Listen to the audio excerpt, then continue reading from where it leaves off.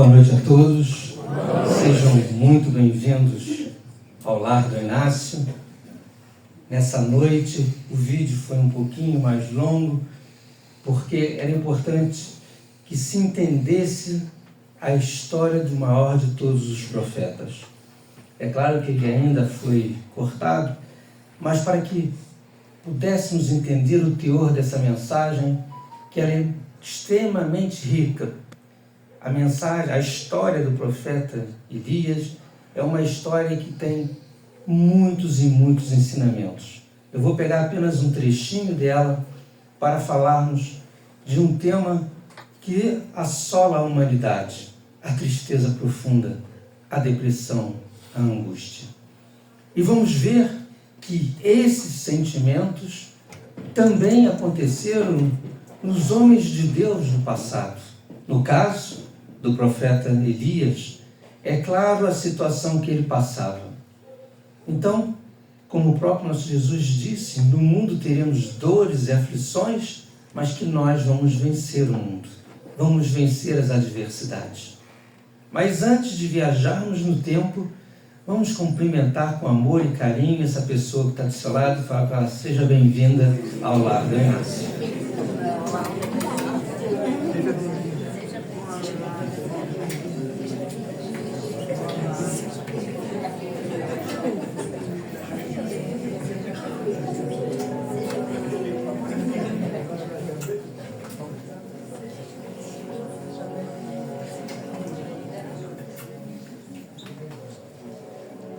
Prepare-se então, meus irmãos, para uma emocionante viagem no tempo. Estaremos agora juntos, voltando às páginas do Velho Testamento. Principalmente no tema dessa história que se encontra em Reis, do maior de todos os profetas. Um homem que tinha verdadeira intimidade com Deus. Meus irmãos, o profeta Elias, ele não nasceu sendo profeta. Ele era um jovem de uma cidade muito simples, um camponês. Até um determinado momento que houve um chamado de Deus, falando diretamente com ele, para o cumprimento de uma árdua missão. Vamos ver na história desse jovem a mediunidade, a sensibilidade, os dons espirituais presentes no mais alto grau.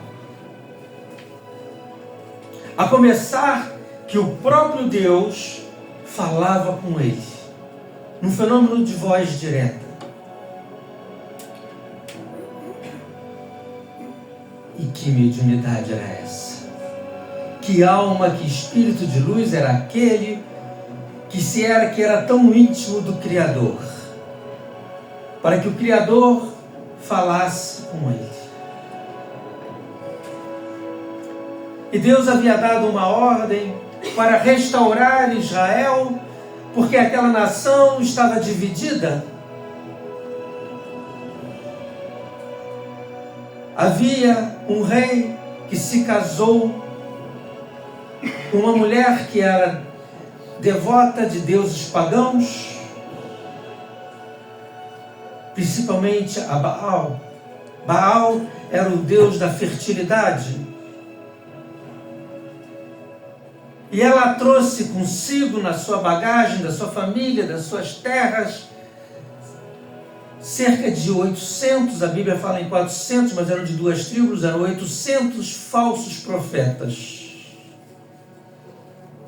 que começaram a influenciar ao povo de Israel, ao povo de Deus, fazendo com que aquela geração se esquecesse do que Deus havia feito por ela, do momento da libertação.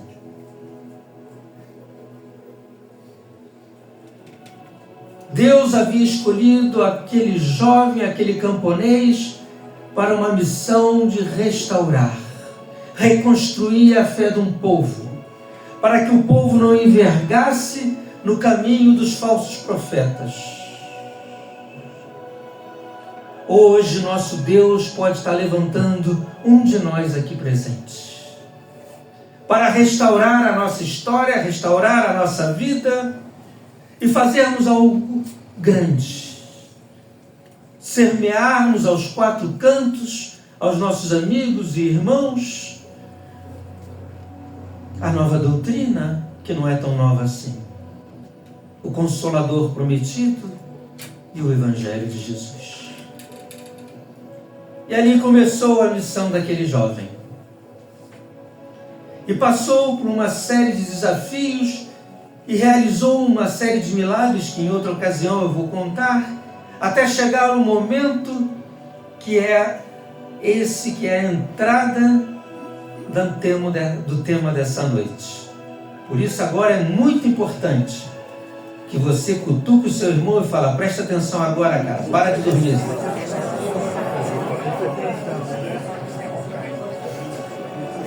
Isso. Uma vez acordados os irmãos aqui presentes, ora, quando chegou naquela terra, nosso profeta Elias desafiou o rei para que se construísse, fizesse uma verdadeira batalha, se construísse 2 altares. De que o verdadeiro Senhor e nosso Deus iria se manifestar. O rei, vaidoso, no seu trono, na sua glória, incitado pela mulher, disse então: vamos fazer isso. Vamos provar a eles que Baal é o Deus verdadeiro. E aí já vamos aprendendo a primeira lição de hoje, como aquela mulher influenciou a vida daquele rei para mudar a história de uma nação. E aí temos que tomar cuidado com os falsos amigos, porque tem pessoas que às vezes se aproximam de nós para nos tirar do caminho da virtude, da bondade, da espiritualidade. Porque tem pessoas que às vezes se aproximam de nós para nos desviar do caminho de Deus. É o lado negro trabalhando. É os espíritos trevosos trabalhando. É aquela pessoa que vai se aproximar e dizer: não vai lá não, é a mesma coisa. Você canta, reza, toma passo, vai embora, não adianta nada. É pessoas que falam: ai, mas eu não fui atendido, a entidade falou isso, e às vezes a entidade não falou nada.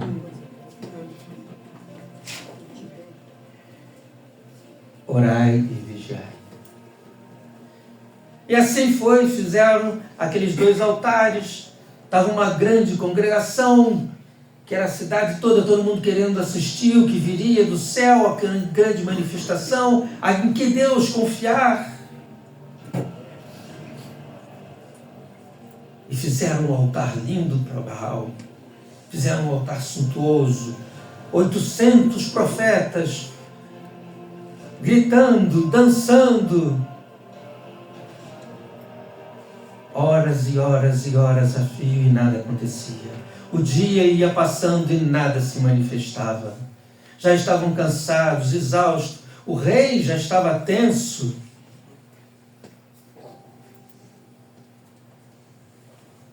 Chegou a vez do profeta Elias, numa elegância, numa simplicidade, que ele havia construído o seu altar com 12 pedras representando as 12 tribos de Israel. Ele estava fazendo oração. Meus irmãos, a oração abre portas. A oração quebra muralhas. A oração traz a cura. A oração é um meio poderoso de chegarmos ao plano espiritual e termos a intercessão divina naquilo que nós desejamos. Aí eu pergunto a vocês: vocês têm orado? Sim. Fala sério. Cutuca o teu irmão aí e fala, você tem rezado mesmo, irmão? Vocês não estão com cara de que tem rezado, não. Eu tenho a certeza disso. Não pode mentir numa casa religiosa, não, hein? O poder da oração é transformador. Numa elegância, numa simplicidade, ele começou a fazer a oração, a intercessão divina, quando de repente sobreveio, como um vento impetuoso, desceu do céu labaredas de fogo a consumir todo aquele altar. E ele havia colocado talhas de água para o ritual da purificação, que a própria água foi consumida pelo fogo. E todos se deixaram, esse é o nosso Deus. Todos se que maravilha, que coisa, situação, que espetáculo. Esse é o nosso Deus, o outro é um falso profeta, estávamos sendo enganados. O povo que, claro, se rebelou. Aí houve um julgamento daqueles profetas, falsos profetas, e foi ordenado que o próprio profeta Elias degolasse a todos eles, condenados à morte. Vamos lembrar que isso foi no tempo, aquilo era normal, aquilo é o que se deveria fazer, aquilo era a lei. Meus irmãos, reparem, ele viveu naquele momento uma grande batalha espiritual e houve um grande dispêndio de energia. Um grande dispêndio de energia. Ainda há pouco estava conversando com os médios na aula interna de que, às vezes, numa palestra, há um grande dispêndio de energia, a gente fica exaurido, cansado, só na fazer a palestra. Imagina ele, que estava vivendo ali, além dos olhos físicos, uma grande batalha espiritual entre o bem e o mal. Quantas batalhas espirituais nós enfrentamos no nosso dia a dia? E às vezes não percebemos. E aí entramos no auge da mensagem.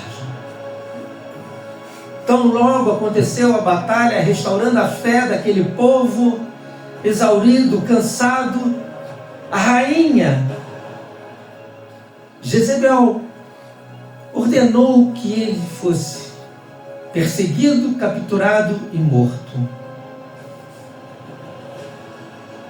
Prestem bem atenção agora. Dá um empurrão no teu irmão e fala assim, preste atenção, cara.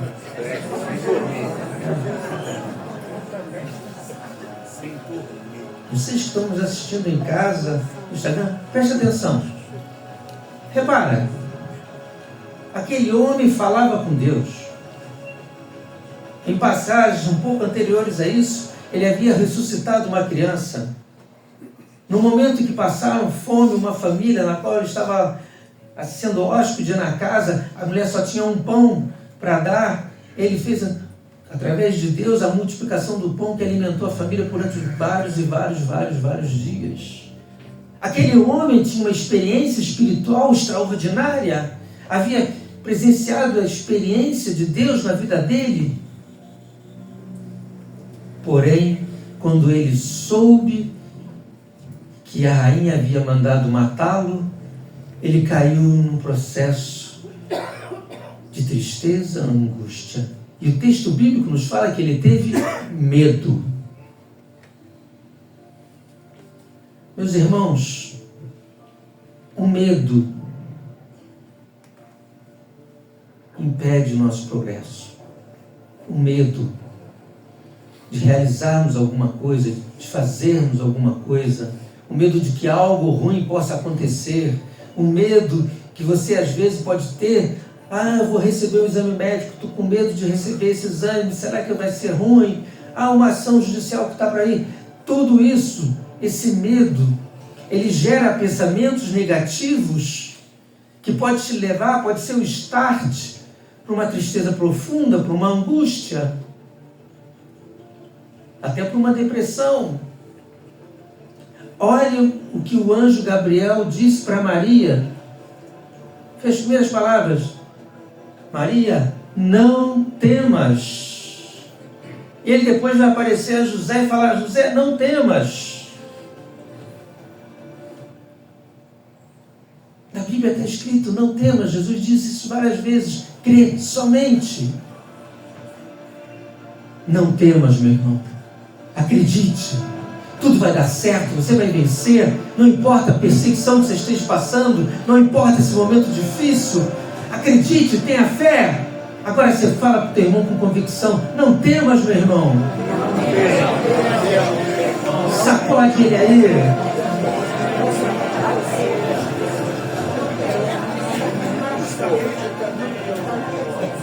Mas o profeta Elias, o maior de todos os profetas, aquele homem com intimidade com Deus, que tinha acabado de presenciar o fogo descer do céu, ele teve medo. E ele teve medo em tal grau de profundidade que ele decidiu fugir, largar tudo, e foi para o deserto. E o deserto é um lugar de provação. O deserto é um lugar de dificuldade, de difícil sobrevivência. Ele queria fugir de tudo. Ele ficou com medo da rainha. Como é que aquele homem poderia ter medo da rainha se Deus havia acabado de fazer uma mega manifestação? Se Deus havia acabado de ressuscitar uma criança por meio dele? Mesmo assim ele teve medo e fugiu para o deserto. Porque a pessoa que entra no estado de tristeza profunda, ela quer fugir de tudo. Ela quer fugir da realidade da vida. Ela quer fugir dos problemas. Ela quer fugir das dívidas. Às vezes o cara quer até fugir da sogra. Ora, meus irmãos. Mas logo em seguida isso, não bastou isso. Quando ele estava no meio do deserto, ele vai lá e manda embora o seu assistente, o seu funcionário. Eu quero ficar sozinho. Quando a pessoa entra, às vezes, no estado de angústia, de tristeza profunda, ela também quer ficar só, ela quer se isolar, não quer escutar ninguém, não quer nenhum amigo por perto, quer fugir, quer ficar só. E não podemos fazer isso. Nós temos que ter uma pessoa amiga que nos motive, que diga para a gente: você vai vencer, que vai dar tudo certo, isso vai passar. Porque tem gente que, pelo amor de Deus, né? Às vezes você está enrascado, está cheio de dívida, com briga no lar, você vai desabafar com um amigo e o cara fala: calma, é o princípio do fim. Isso vai piorar. É apenas o começo. Aí, meu irmão, se afasta dessas pessoas. E ele, além disso, ele foi se esconder aonde? Numa caverna. O texto bíblico nos fala que ele foi para uma caverna, lugar escuro, lugar frio, porque a pessoa que entra às vezes no estado de tristeza profunda, ela quer ficar isolada no quarto, no escuro, sem ninguém por perto, sem ninguém incomodando. Ela quer se isolar do mundo. Tamanha angústia, tamanha dor, tamanho sofrimento.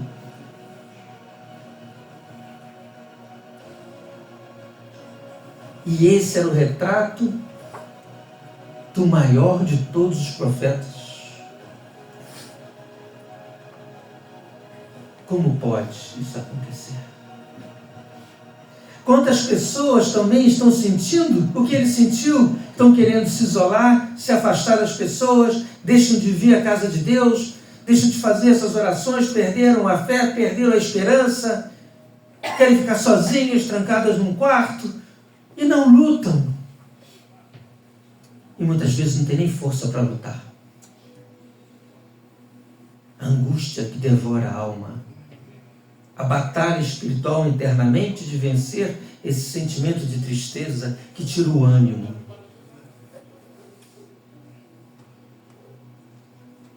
Mas Deus, vendo isso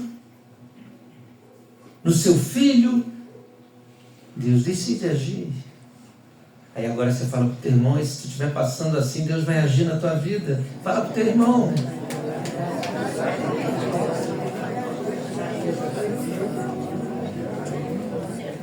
Sabe o que Deus falou para o profeta Elias?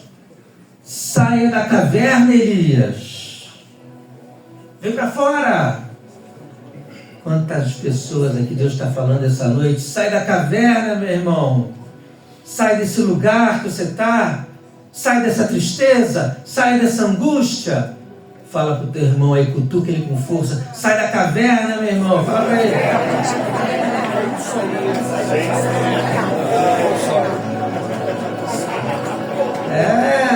Tem gente que está na caverna.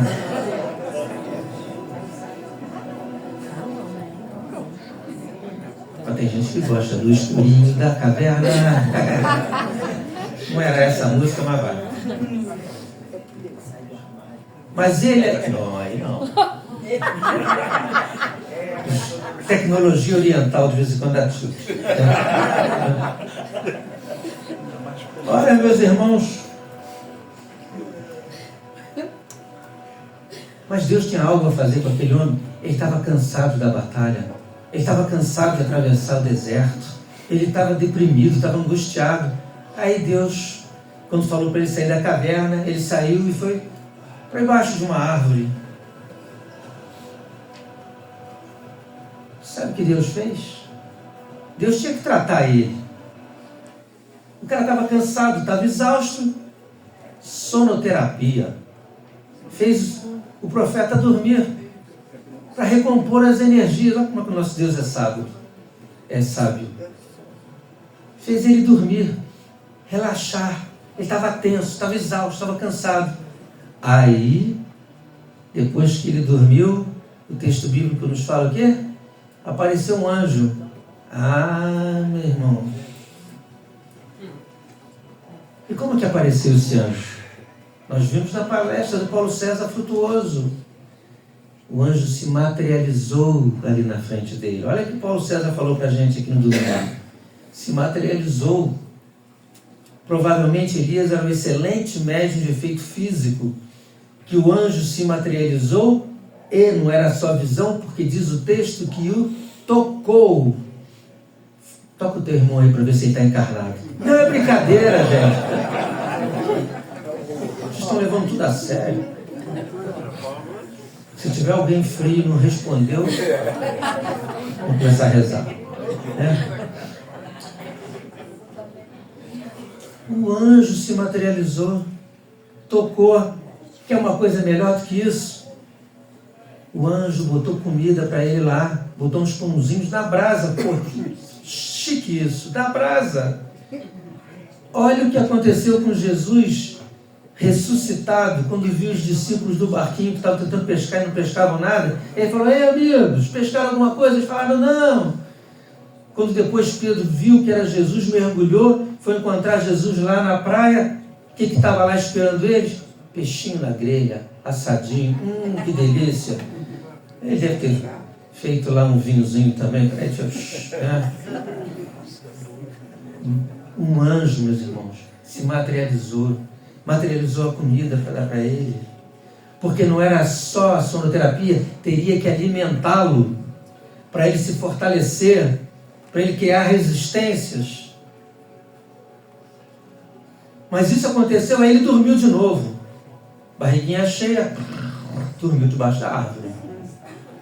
Aí o anjo, já no finalzinho da tarde, vai lá, acorda ele de novo, dá o alimento. Aí Deus fala para ele: ó, agora levanta-te, que a jornada é longa, retorna lá. O que Deus estava falando? Ei, Elias, é isso aí, vai trabalhar. Tua missão não acabou não. Por que ele fez isso? Porque ele tinha que dar estímulo. Porque Elias pensou que a missão dele tinha acabado. E o mais estranho de tudo, que ele estava fugindo da rainha. Ele sentou embaixo, ali na caverna, debaixo da árvore, e falou: Deus, tira a minha vida, tira o meu nome do livro dos vivos. Ora, bastava ele ficar onde estava, se ele quisesse morrer. Não é? Que a rainha ia lá e fazia o serviço. Né? Deus ia terceirizar o serviço. Lá a rainha mata o cara. Né? Ora, meus irmãos, Deus estava dando motivação. Você tem ainda coisa para fazer. Você ainda é capaz. Você tem uma missão. E ele mandou fazer o quê? Você vai lá, vai ungir a cabeça do próximo rei. Ainda deu uma outra missão. Vai ungir a cabeça de fulano e tal, que vai ser o próximo profeta. Aí o cara lascou. Não, parece brincadeira, mas aconteceu. Mas ele tinha que preparar o sucessor. Aí ele voltou cheio de gás, otimista. Porque é assim que nós temos que fazer quando enfrentamos um momento difícil, uma tristeza. E no caso de uma tristeza profunda, você tem que procurar um médico, um psicólogo, um psiquiatra. Mas também aliar o teu tratamento do tratamento espiritual. Porque muitas vezes você é levado à depressão ou à tristeza profunda, à angústia, algum outro problema, até por causa de batalhas espirituais, que foi o caso dele. Às vezes é levado porque existe, né, como a Bíblia Sagrada diz, espíritos impuros, obsessores, espíritos trevosos, que podem nos conduzir a situações de angústia, tristeza. Aí Deus está falando para vocês: levanta-te, vamos em frente, não tenha medo, a vitória é sua, crê somente. Nessa noite, nosso Deus está falando isso para vocês. Não tenham medo, saiam da caverna, levanta-te, Elias. E já que estamos falando em levanta-te, eu vou pedir ao coral para se levantar, e você fala para o teu irmão: ei, levanta-te, tudo vai dar certo. Que a paz de Deus seja com todos. E até a próxima semana.